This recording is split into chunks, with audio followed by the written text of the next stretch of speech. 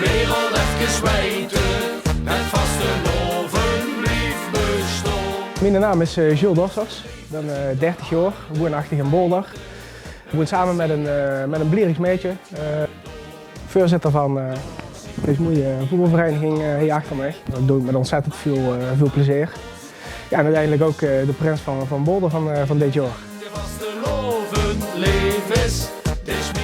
Wat doe ik in het dagelijks leven? Ik ben business developer bij Caros. Dat bedrijf is werkzaam in de logistieke sector. En wat we doen eigenlijk is, we regisseren logistieke struimen wereldwijd. We hebben een kantoortje in Venlo en we hebben 6 kantoren in Azië, in China om precies te zien. Wat betekent vastelovend voor mij? Op de eerste plaats betekent dat veel gezelligheid, samenzien. Verbinding met eigenlijk iedereen in de deur, maar ook buiten de deur. Ja, en ook betekent vastelovend voor mij gewoon met een knipoog naar alles kijken, lekker gek doen. En uiteindelijk ook goed, met een kaartje bed in liggen en de dag erna gewoon weer volop tegenaan.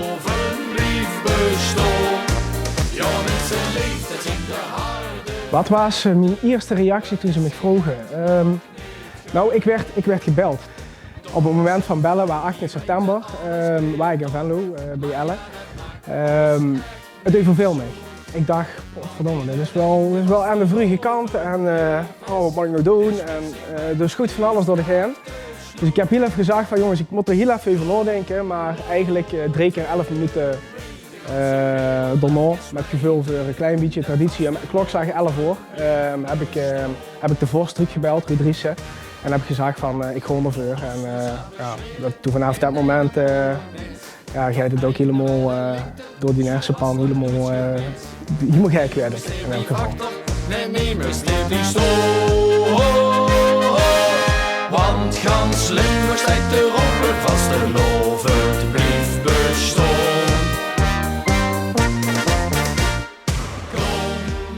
Wat heb ik wat te doen om dat geheim te houden? Nou, dan begin ik heel even bij de eerste week, want dat was het moment dat ik mijn adjudanten zou gaan vragen. Dat was al lastig. Een adjudant van mij die werkt ook bij mij. En ik had al een paar keer geprobeerd om met een smoesje naar me toe te krijgen, net als een andere adjudant. Maar dat ging elke keer niet door. Nu heb ik het eigenlijk een aantal dagen, 4 dagen om precies te zien, heb ik het volgooien. Totdat ik op vrijdagavond naar het trainen hier op de vereniging, de jongens hadden uitgenodigd om toen met een glaasje bier te komen drinken. Ik had een verborgen camera geïnstalleerd. Ik heb uiteindelijk dat speciaal biertje dus voor nieuws neergezet. Dus ze mochten de ogen openen. Ik had het etiket natuurlijk gedraaid, zodat ze het nog niet kosten zien. En in eerste instantie draaiden ze het etiket naar haar toe, keken ze ernaar, begonnen ze keihard te lachen en een kwartje dat veel mee. Totdat ik eigenlijk zei dat er toch wel een serieuze boodschap achter zat. En ik zeg, jongens, wilt je mijn adjudanten weer? Die weten alles beter, maar ja, dat maakt ons echt niks uit. Want iedereen de vasteloven. Dat ze eerst beginnen te lachen om dat pilsje en daarna als ik de vraag stel, dat ze echt zitten van, oh nee, dat mensen niet. En ze hebben er uiteindelijk 2 dagen over nagedacht en ook weer met gevulde traditie op zondagmorgen om 11:11 hebben ze mij een tweede jaar gegeven. En toen was het, dat was prachtig, dat was echt super. De zussen in de kranten, ja ieder jaar niet. Waar volgens mij een goede prins aan moet voldoen, dat heb ik nu een week mee ervaren ook. Hij moet in elk geval onbeperkt Polonaise kunnen lopen.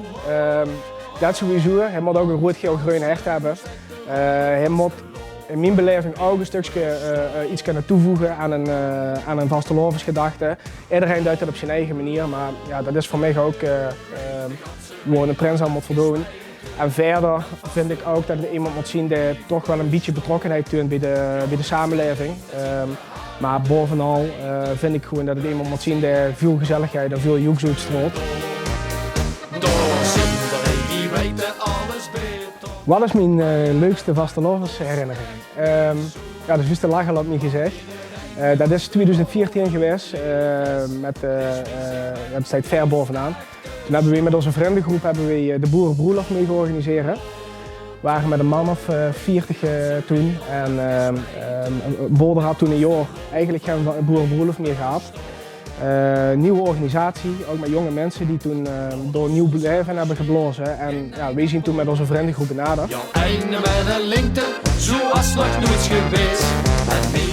Dan denk ik toch dat ik ook zou kiezen voor iets dorpoverstijgends. Dan zou het me ontzettend leuk lijken om met alle dorpen en POMA's om door een aantal afgevaardigden samen ons bij elkaar te groeien en door een gigantisch knallend vastelovensfestijn mee gaan maken, organiseren. Met support van de verenigingen. Wie wil ze dat mensen zich herinneren als prins? Nou goed, als een prins staat, dus net even iets anders duidt. En we hebben ook een nummer hebben we ingezongen, maar dat is, ja, eigenlijk is dat geen vastelovensnummer. Dat is namelijk een kopie van de Blues Brothers van Everybody Needs Somebody. En ja, wel gepast voor ons eigen motto, het dat nummer ook, iedereen verdient een trio. De ganse wereld even weten.